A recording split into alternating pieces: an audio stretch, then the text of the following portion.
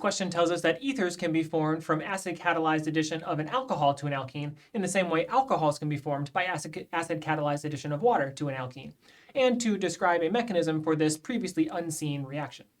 What I want us to focus on is how this is really the same reaction as when we react with acid and water. The only difference is that instead of two hydrogens, we have a hydrogen and an R group on the alcohol. Let's see how they're really the same mechanism. The first thing that will happen is that our alcohol will get protonated by sulfuric acid.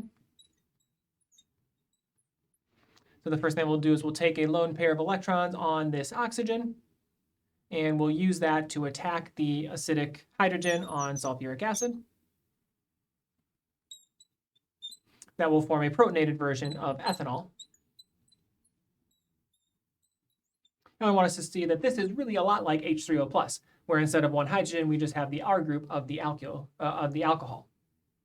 This protonated alcohol can then react with this alkene. We'll take the electrons from the alkene to react with the acidic proton on the protonated ethanol. Markovnikov's rule says we'll form the most stable carbocation, so that will be at the tertiary position.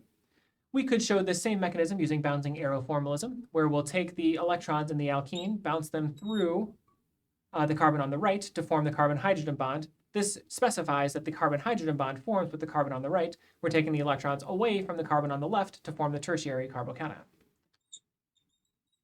The tertiary carbocation that will form then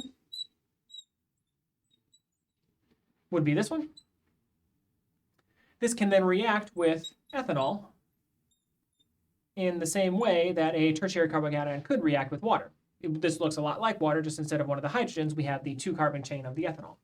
So the lone pair on oxygen can react with the carbocation to form a new carbon-oxygen bond. We don't have any arrows showing the breaking of an oxygen-hydrogen bond, so the oxygen is still attached to its hydrogen, which means it's still positively charged. To neutralize this product and get us back to the final product, we'll take more ethanol. This will be just like more water coming in and deprotonating our final product, our final intermediate, to get us to our final product. And this is how we can form ethers from alkenes using an identical mechanism, really, to the mechanism when we use water.